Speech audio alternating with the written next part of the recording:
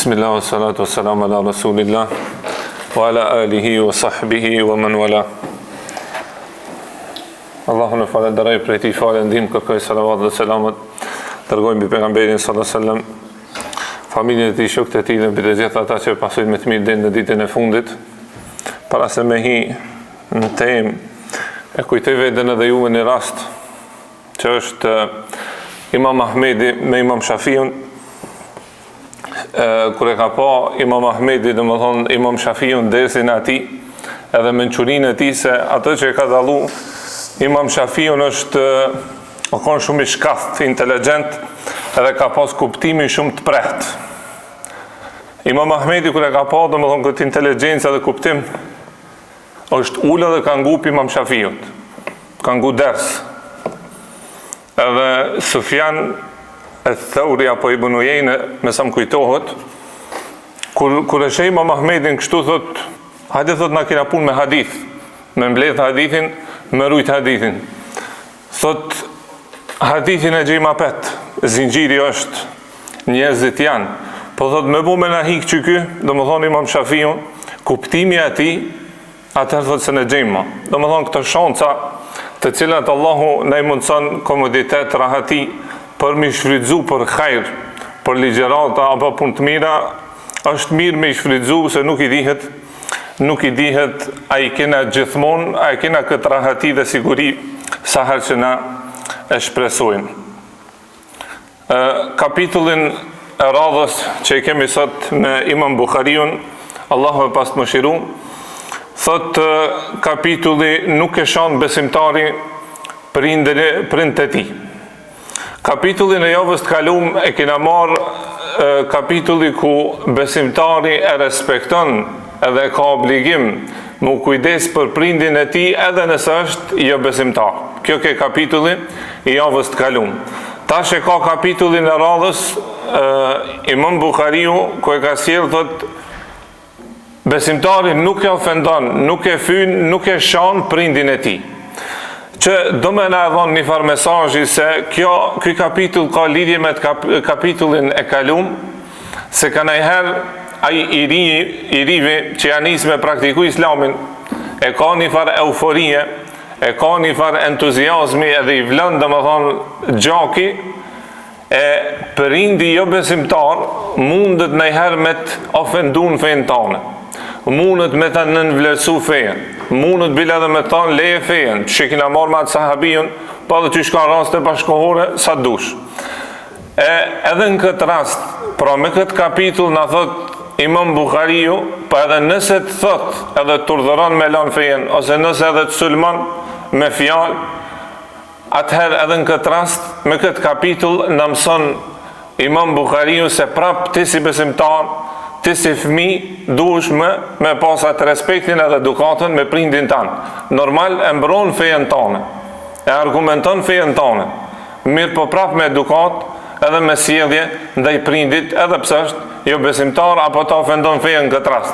Si që ishte rasti me atë sahabiun për cilin ka zbrit, dhe me thonë ajetin surën Lukman, i cili nona ati e urdhëroi me lanë fejen, mirë po ai prap me edukat, me sjellje, thajna nejme edhe nëse 100 shpirt ati që unë e me lanë këtë fejë, unë nuk e lanë.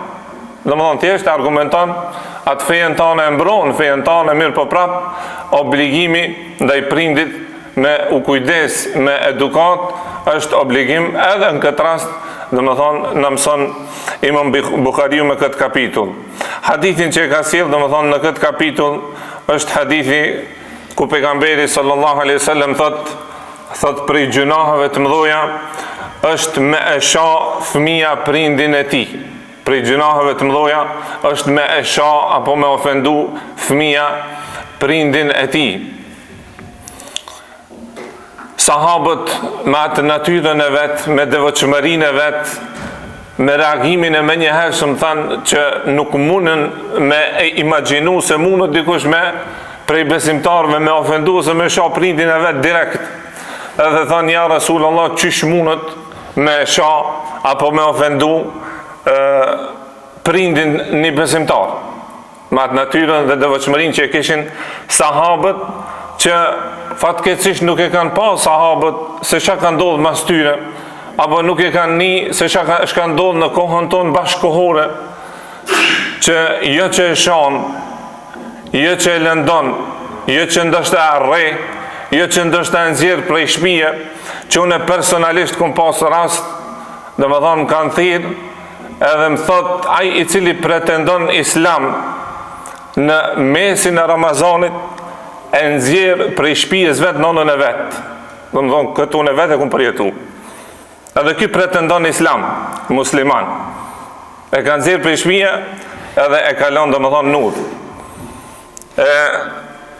Bile Shekh Tarifi, Allah liroft, për të puna e Ramazanit, edhe besimtarin Ramazan, pra kjo vetëm si një dobi, thot ai i cili nuk e përmirëson vetën, edhe nuk ndikohet në Ramazan, ku sherri është i mbyllët, shejtant janë të prangost, Kur'ani lexohet, ligjëratat vlojnë dhe më thonë në atë ditë, krejtë mirësia dhe rahmeti Allahut është më i gjanë, edhe nëse në Ramazan, besimtari ose njeri nuk e përmirëson vetën, atër nuk guxon me jalon fajin kërkujt, as shejtanit vetë, mirë po faj është të ti.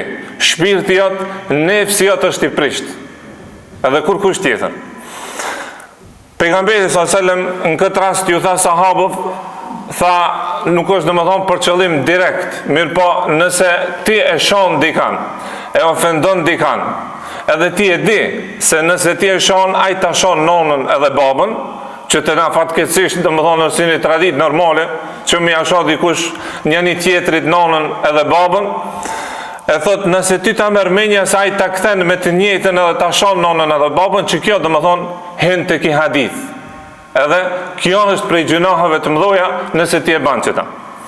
Ky hadith është një rregull bazë në fenë islame që i thojnë se du të dëraj. Dhe më thonë me i marë mosat parandaluse për marë deri të një gabim i madh ose gjuna i madh. Me shadi kanë, me ofendu t'i kanë, përgjithsi është një gjuna i vogël, nuk është i madh. Mirë për në këtë rast është i madh se ta kthen me ta shokan prindin tanë. E që shomja dhe vendimi prindit, nëse ti bohë shkak, është gjuna i madh.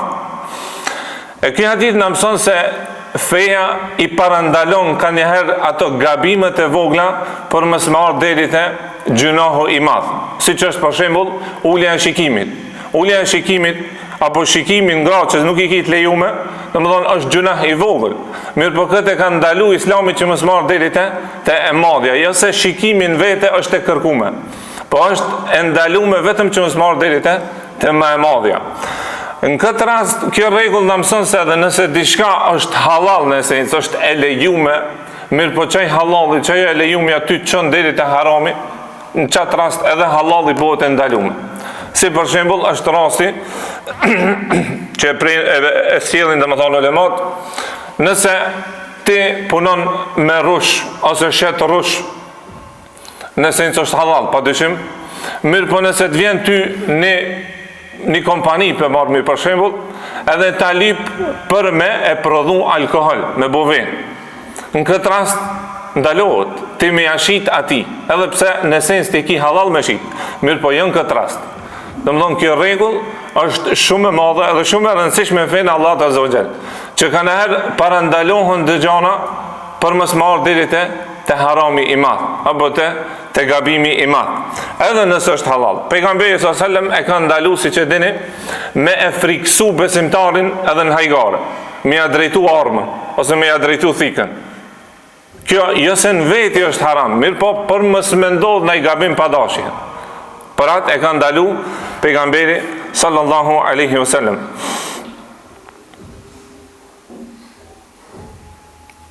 Pastaj ka sjell transmetimin Abdullah ibn Amr ibn As, i cili gjithashtu thot ashtu siç thuhet edhe në hadith, tha se prej gjunahave të mëdha është me u bë shkak ti që prindjat me u lëndu, me u ofendu edhe me kajt. Kapitullin tjetër që ka sjell pra autori, Allahu e pas të mëshiru, thot dënimi i mos respektit, mos bindjes ndaj prindit.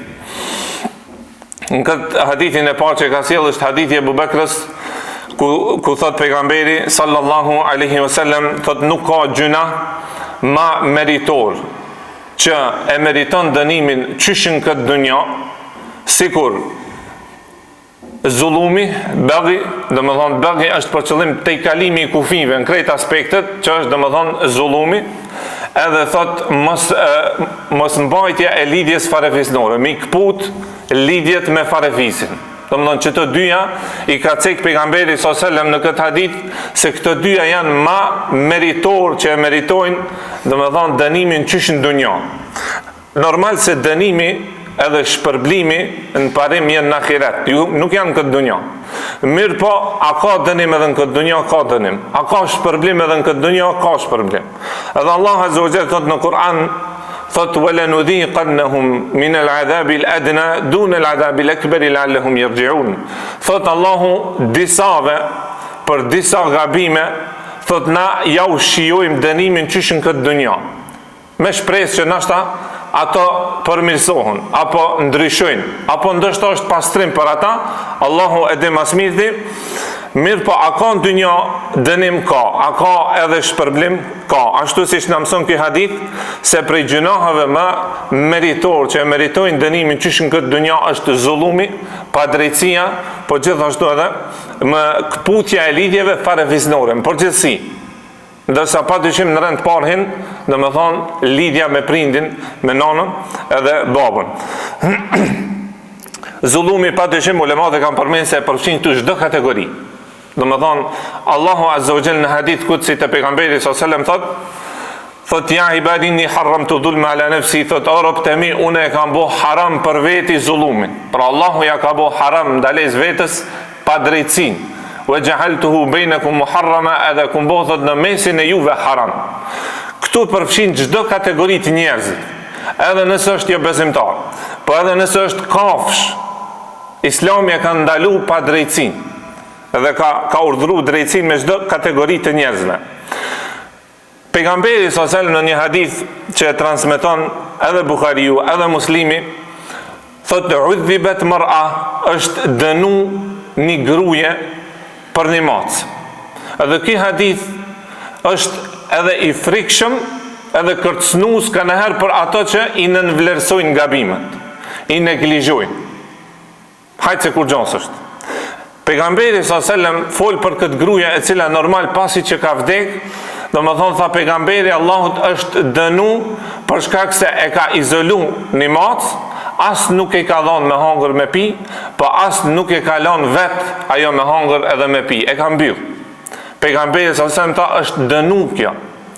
Kjo hadith në mëson se sa, do më thonë, mundët mu konë i rrezikshëm një gjuna që ti e nënvlerëson. Ti e neglizhon, ti duket kur gjan, mirë po ti nuk e di ku zbret dënimi i Allahut azza wa jall. Po edhe nëse nuk është musliman, nëse një besimtar jeton në mesin e muslimanëve, në shtetin e muslimanëve, edhe ka mbrojtjen edhe garancën e muslimanëve, pejgamberi s.a.s. ai i cili tha e vret, tha nuk e shijon, as nuk e nin erën e xhenetit Allahut azza wa jall. Pastaj normal e ka përmend kputën e lidhjes farefisnore, e cila e meriton dënimin qysh në dynja, e pa dyshim në rend parhin ajo, do më thonë me print e tu. Hadithin tjetër që e përmend, thot pejgamberi sallallahu alaihi wasallam, i cili ka pyet sahabët, thot çka thoni ju thot për zinan, për alkoholin edhe për vjedhjen? Than sahabët, than Allahu edhe pejgamberi i tij e din më së miri. Tha pejgamberi sallallahu alaihi wasallam, hunna al-fawahish, ato janë gjunahe të mëdha, të pista, të cilat kanë dënim, ka dënim për këta, gjunahe të mëdha. Mirë po tha t'ju lajmëroj për më të mëdhojat, tha është shirki, me i bo shirkë Allahut azza wa jall, edhe mos bindja apo kputja e lidhjes me prindin tanë. Pasi që ishte i mbështetur, unë ngrit edhe tha edhe dëshmia e rrejshme, që këtë hadith në gjajshem me këtë, e kina morën edhe herave të kalume. Gjithashtu edhe Abdullah ibn Umeri tha, prej gjunaheve të mëdha është që ti mu bo shkak dhe më thonë me u bushkak me kajt apo me i piku loti prindit tanë, edhe këtë dhe më thonë këtë transmitim e ka sjellë në këtë kapitull që na gjithashtu dhe më thonë e kena kalu, ndërsa kapitulli tjetër thot lutja e prindit për fëmijën e vet ose kundër fëmijës së vet. Tha pejgamberi sallallahu alajhi wasallam në një hadith, 3 persona Allahu azza wa jall nuk ja kthen lutjen te prap. Domethënë është lutja e tij është që i përgjigjet. I pari është atij që i është bë zullum, i është bë padrejtësi. I dyti është udhëtari, larg shtëpisë, larg vatanit. Dhe i treti është prindi, i cili lutet për ose kundër fëmijës së tij. Nëse i marrmi këto 3 persona, këto 3 kategori, bashkohen me një pikë. Pika që i bashkon domethënë këto 3 kategori është se në 3 rastet zemra e këtij personi është e thyme, është e mërzit. Edhe një zemër që është e thyme, edhe është e përulur para Allahut azza wa jall, është ma afër përgjigjes, ma afër lutjes. Pra një person që ju është bo zullum, padyshim se zemra e tij është e thyme, edhe ai e ndjen kur e ban lutjen. Gjithashtu edhe ai i cili është udhëtar, e ndjen atë mërzijen, e ka mërzijen për vatanin, familjen e vet, është i thym në veten e tij, edhe lutja e tij bëhet ma me koncentrim, ma me sinqeritet. Gjithashtu edhe prindi i cili lutet për ose kundra fëmijës së tij, nëse fëmija gabon ndaj tij, ose e lëndon, ose e ban me kajt, padyshim se zemra e këtij prindi është e thyme shumë, edhe kjo zemër është afër për me ju përgjigj. Për thatë, pejgamberi sallallahu alaihi wasallam tha nuk kthehet përgjigja e këtyre 3 kategorive. Për zullumin, pejgamberi sallallahu alaihi wasallam tha dhe në një hadith tjetër, kur e dërgoi Muadhin në Yemen për me e thirr popullin në Islam, i cili në atë kohë ishte krishter, pasi që ja dha ato këshillat se në çka me i thirr popullin e Yemenit, në fund i tha: "O Muadh, wattaqi da'wat al-mazlum", tha kujdes nga duaja e atij që është bë zullum, se mes ti edhe Allahut azza wa jall nuk ka perde. Te kjo është me rëndësi me përmend një pikë që mos me pas keq kuptime, se përgjigja e lutjes atij që është bë padrejtësi, që është bë zullum, nuk do me thonë me çdo kusht mi ardh përgjigja në këtë dunjë. Se na shohim sot që i bëhet shumë zullum, shumë njerëzve. Edhe shumë njeri lutet, edhe dikush mundet me thonë ku është përgjigja e lutjes. Mirë po, nuk ka thonë pejgamberi s.a.s. për Allahu se përgjigjat vjen me dëmës në këtë dunja. Edhe pse përgjigjet, edhe në dunja. Mirë po, përgjigja nuk humbas njëherë në ahiret. Pse Allahu azza wa jall në Kur'an thot në surën Ibrahim, thot wala tahsabanna Allaha ghafilan amma ya'malu adh-dhalimun. Mos e mendoni Allahun gafil. Mos e mendoni se Allahu nuk din, nuk sheh, edhe është i pakujdesshëm për zullumçart. Innama yuakhiruhum li yawmin tashkhasu fihi al-absar, mirë po Allahu i lën për një ditë ku shtangën syt. Pse shtangën syt? Shtangën syt prej vështirësive edhe vujtjeve që i shohin, domethënë në ditën kur dalin para Allahut azza wa jall, ditën e gjykimit, apo në zjarrin xhehenemin e Allahut azza wa jall. Pra është më rëndësi me pas parasysh këtë pikë që mos me keq kuptu hadithin apo ajetet e Allahut azza wa jall. Mirë pa ajo që është padyshim se përgjigja nuk i kthehet. Nëse në këtë dunjë nuk i realizohet në botën tjetër. Edhe për atë që është udhëtar, pejgamberi sallallahu alaihi wasallam ka thonë në një hadith tjetër për një person që e ka pru si shembull, edhe tha se është udhëtar i pluhnost, i lodh, domethënë me një fjalë i thymë, i raskapit. Mirë po, ky i ngrit durt për me u lut. Mirë po thot pejgamberi sallallahu alaihi wasallam, thot ushqimin e ka haram, pijen e ka haram, veshjen e ka haram. Anna yustajabu leh. Qysh mi ju përgjigj Allahu azza wa jall këtij? Domethënë ky ka plotsu disa kushte për me ju përgjigj Allahu lutjes. Është udhëtar i lodh, larg familjes, larg vatanit, i ka plotsu, mirë po jo sa herë që i plotson kushtet, edhe përgjigjet lutja, pse ka mundësi me pas pengesa. Pejgamberi s.a.s. i ka përmend këto pengesa, që prej pengesave kryesore me ju përgjigj lutjes së një besimtari Allahu subhanahu wa taala është ushqimi haram. Pija haram, apo në përgjithësi pasuria jote, pasuria haram. Për atë është me rëndësi besimtari më kujdes me shka e ushqen veten, me shka e ushqen familjen e tij.